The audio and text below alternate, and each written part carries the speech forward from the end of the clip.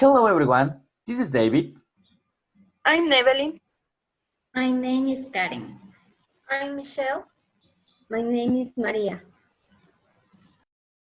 Have you ever applied for a job? We are going to watch a video. Enjoy.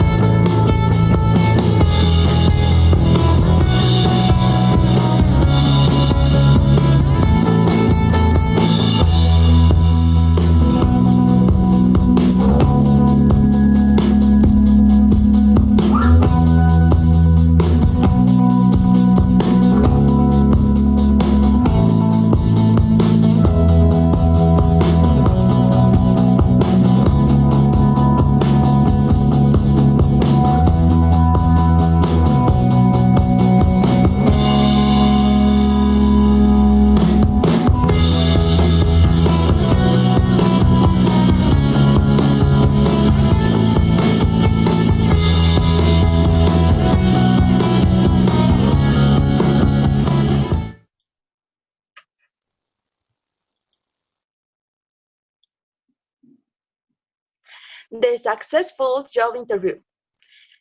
Okay, so you sent in application a resume for that dream job you saw advertised. The employer thinks you might be a good candidate and you've landed an interview. You already know it's important to dress right, offer a fair handshake, and maintain eye contact. But do you know that other aspects of your behavior can make the differences between getting the job or not? When you get a job interview, you have to give your best image, show that you are the right one for the job, show both your skills and qualities, and of course, give them a good impression of yourself. Okay, being late to a job interview is almost always a disqualifier. Most candidates are on their best behavior for their interview, so being late is a major red flag for employers, since punctuality is expected in any kind of work setting. Arriving late makes your future employer think you will be late for work if you get the job. If you are late for your interview, it's important to provide an airtight, detailed excuse explaining why your lateness was unavoidable and apologize and reassure the interviewer that this isn't habitual behavior on your part. The important thing is that you don't be late because it's a major red flag and you need to be punctual. And if you don't, you need to provide an airtight to detail a good excuse. And also you need to apologize with your interviewer. Another thing that can get an interviewee off on the wrong foot is being overly informal or too familiar. Even though the person who interviews you might be friendly or just dressed informally. Don't take this as a permission to be inappropriately casual.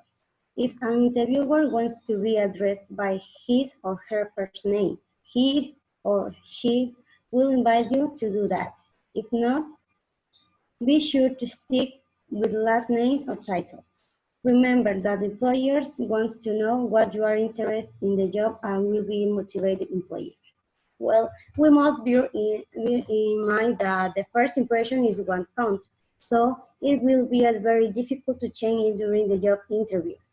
You have to try to enter with the right foot, respect the interviewer at all times, regardless of friendship, or title. Okay, a candidate who hasn't taken the time to learn something about the company or the position being offered appears unmotivated and willing to take anything that comes along. Even if you are sure you already know everything you need to know about the job or the company. Prepare 2 or 3 relevant questions for the interviewer of the position and listen with obvious interest to the answers, following up with thoughtful questions that demonstrate that you have been listening. As a conclusion, the candidate must seem very interested because you need to share your motivation to work in that job. So before your next job interview, check out the list of do's and don'ts and follow the suggestion. They will take you a long way towards getting that dream job.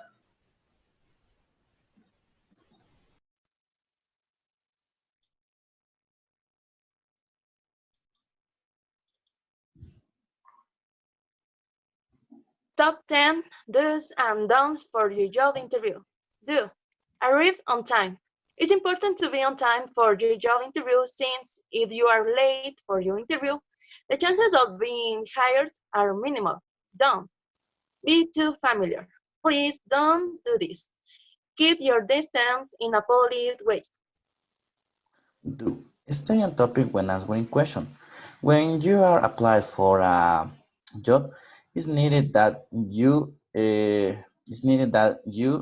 stay focused or focused on the answering question about the topic. Don't don't talk too much. Try to avoid um, some things about don't correspond to the topic. 2. Ask questions. You can ask the necessary things that you need to know. Don't. Don't seem desperate to get the job. You need to look more relaxed during the interview. Do. Listen carefully when the interviewer speaks. A dialogue should be established between you and your interviewer or interviewee. Don't. You shouldn't criticize your current employer. It's not fair to speak ill of other colleagues, bosses, a company, or any person. Which says very little in their favor. You shouldn't also don't have internal details of other company for which you have worked. Okay, do. Be modest, yet positive about yourself. If you are not positive about yourself, other people can believe in you. Don't brag about yourself.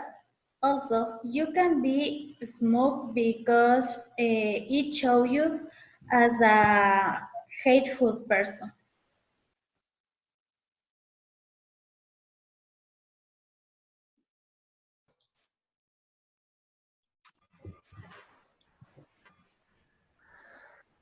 Letter C. Confirm information.